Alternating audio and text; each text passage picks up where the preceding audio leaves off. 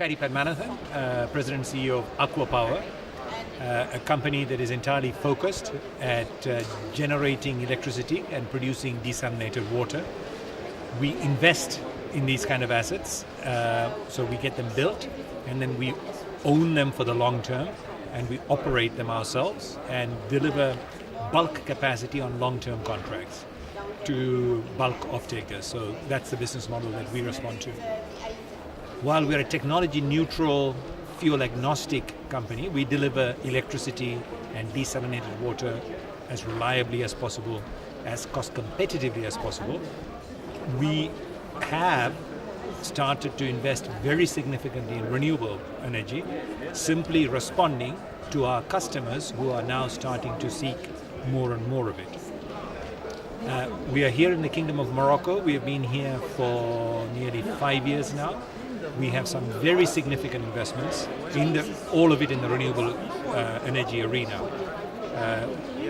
We are the ones who won the tender for the first very large-scale renewable investment here in the Kingdom by the name of Noor 1, which is very well known, which is about 150 kilometers from Marrakesh at Ouarzazate, which is already now, I'm very pleased to say, dispatching electricity, renewable electricity, not only in the day but also right through into the night, because using concentrated solar power we are able to store heat in molten salts and use them at night in order to produce electricity.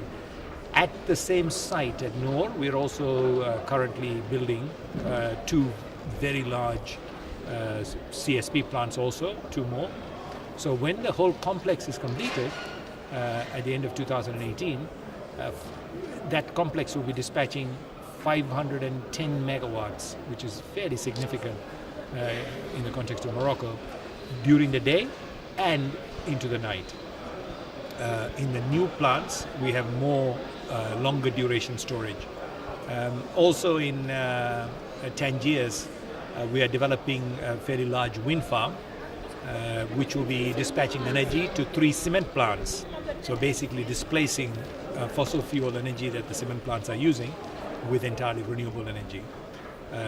So we are fairly significant today we operate in 12 countries, in the MENA region, as well as Saudi Arabia is where we come from. We're a Saudi company, so we are fairly significant in Saudi, but we also have significant presence in Oman, in Jordan. We have some assets in Turkey, South Africa. Now we are developing new assets in Vietnam. And in United Arab Emirates, we have got some renewable assets as well in construction. And what's like the Well, we're extremely we're excited about COP22 because after the monumentous agreement reached in Paris at the end of last year, which it was all ratified, so it came into effect 4 days ago. That sets the framework for what the world is committing to achieve, targeting to achieve by 2050. It sets a framework. Now, what we're looking forward to in COP22 is now starting to develop much more details of the implementation plan, even if people are not yet ready perhaps to agree specific targets, specific timetables year by year. At least I think the world is ready, having today no more debate about climate change. Everything is accepted. It is accepted that we need to decarbonize. It is accepted that we need to move forward. So now in COP22, what we are hoping is starting to flesh out the details.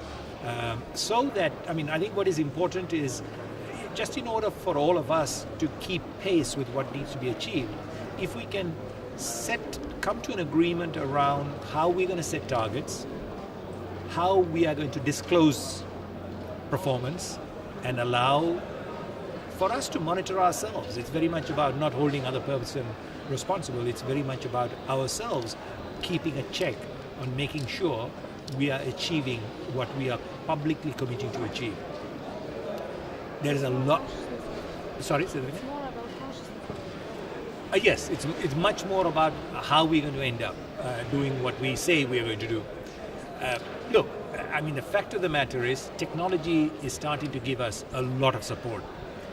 In fact, the reality today is that technology is way ahead of policy.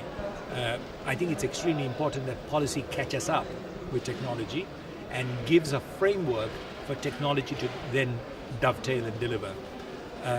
Renewable energy, particularly in the countries where the resources exist, and fortunately that is very much, in fact, the underserved part of the world, the resource is fantastic. Technology is now starting to deliver that energy in a very cost competitive way.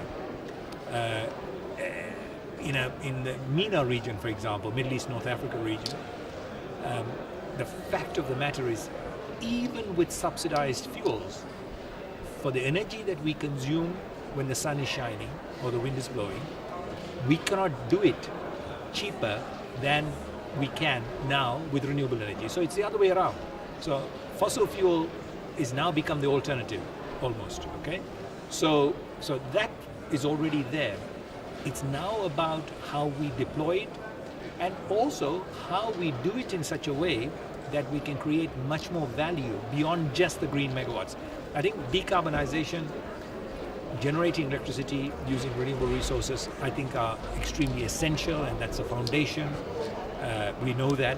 But I think there is also an enormous opportunity as we deploy so much of capacity that we can start to capture value through economic development in country, localizing content, creating domestic jobs.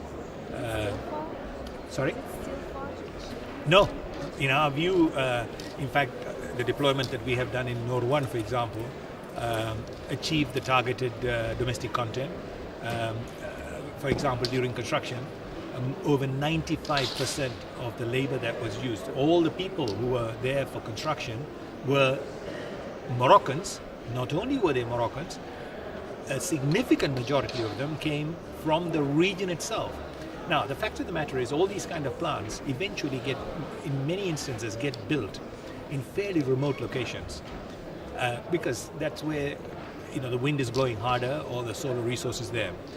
But regardless of whether a country is rich or poor, the further you go away from city centers, the more disadvantaged and underprivileged people are. So inevitably, you're ending up building these plants surrounded by poorer communities.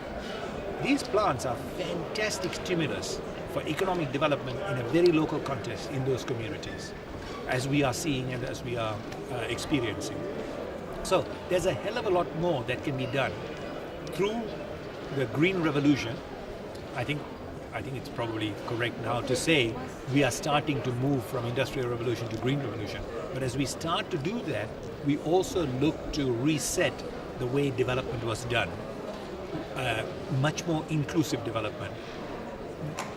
Not at the cost of anything, not at slowing anything down, achieving what we need to achieve, but including the people and creating much more value for the same investment to be done at the same speed.